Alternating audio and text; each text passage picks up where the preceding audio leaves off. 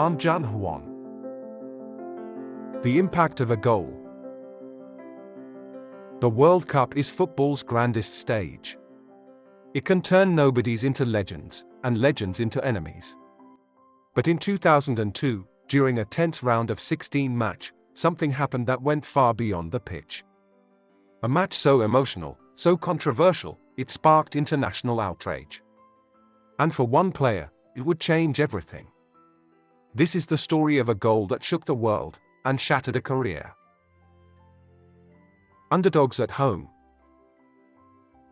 The 2002 FIFA World Cup was unlike any before it. Held in South Korea and Japan, it was the first ever hosted by two nations, and the first held in Asia. Hopes were modest for the co-hosts. South Korea had never even won a World Cup match before. But with Gus Hiddink as manager, something was shifting.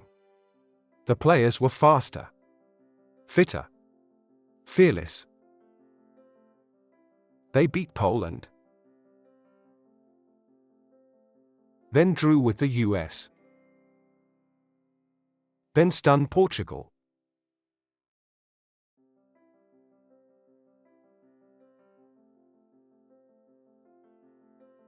Against all odds, South Korea topped their group. The country was electrified. Streets flooded with fans waving national flags. They believed the impossible was now within reach. But up next, Italy. A powerhouse. World champions 3 times. A team stacked with stars. Totti, Maldini, Cannavaro, Buffon. For South Korea, this was David versus Goliath. The match begins. June 18, 2002. Daejeon World Cup Stadium. South Korea versus Italy. From the kickoff, the tension was thick. The Italians were expected to dominate, but Korea came out aggressive, pressing high, chasing every ball.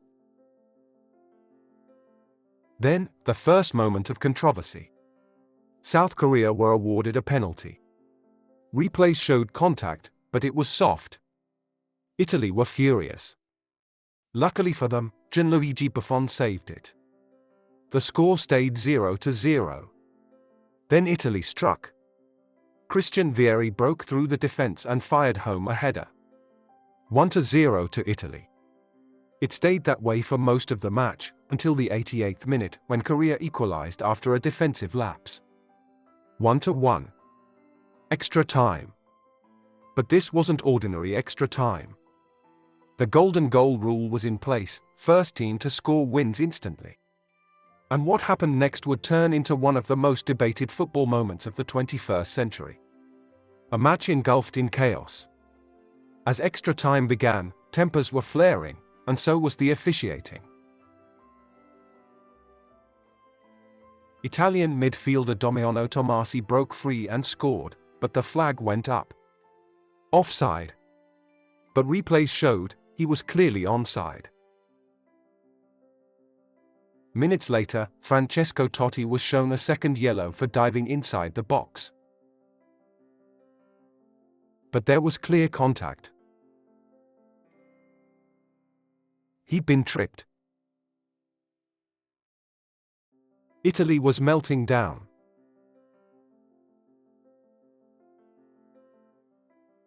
Their bench was furious. Even neutral fans started raising eyebrows. And then, the golden moment. The goal. In the 117th minute, with both teams dragging their legs and penalties looming, South Korea launched one final attack. A curling cross came in from the left. A tall Korean forward timed his run perfectly, and soared above 2 defenders. His header flew past Buffon, and into the net.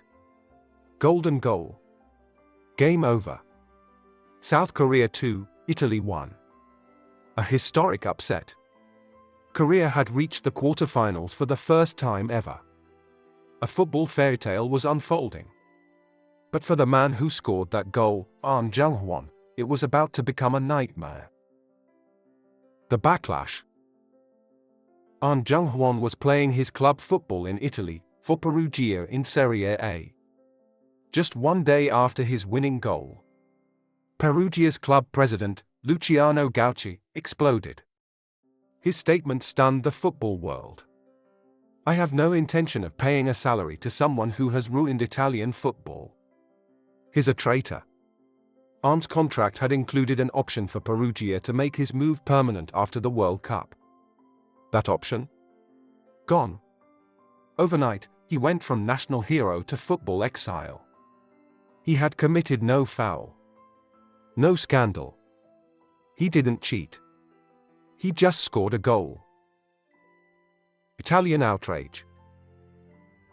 The backlash wasn't limited to Perugia's club president. In Italy, the press erupted. Headlines from major newspapers screamed of theft, humiliation, and international scandal. Some Italian newspapers called the match a footballing farce and demanded an investigation. And one newspaper even summed up the nation's mood with one brutal line: "This was not football. This was robbery under FIFA's watch." Pundits and politicians alike accused FIFA of favoring the hosts.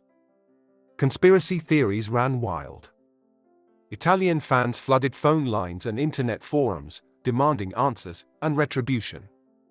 The referee, Ecuadorian official Byron Moreno, became public enemy number one in Italy. And in the middle of it all was Ahn Jung-Hwan. To many Italians, he wasn't just the man who scored a goal. He was the man who sent Italy home. Career in exile. After the fallout, no Italian club would touch him. Ahn moved to Japan's J-League, signing with Shimizu S-Pulse, then Yokohama F. Marinos. He bounced around France, Germany, China, but never again reached the level he was on before the World Cup. He later admitted the Perugia incident haunted him for years. And yet, back home, he was celebrated. South Korea's historic run didn't stop with Italy. They went on to beat Spain and reached the semi-finals, the first Asian nation ever to do so. Ahn's golden goal had become immortal.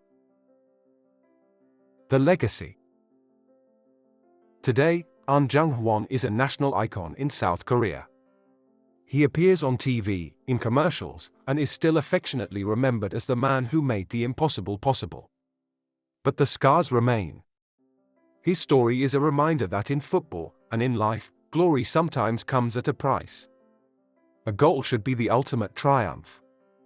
But for Ahn Jung-Hwan, it became a reason to be fired. If you enjoyed the story, hit that like button. It really helps the channel. And if you love football stories like this, make sure to subscribe for more.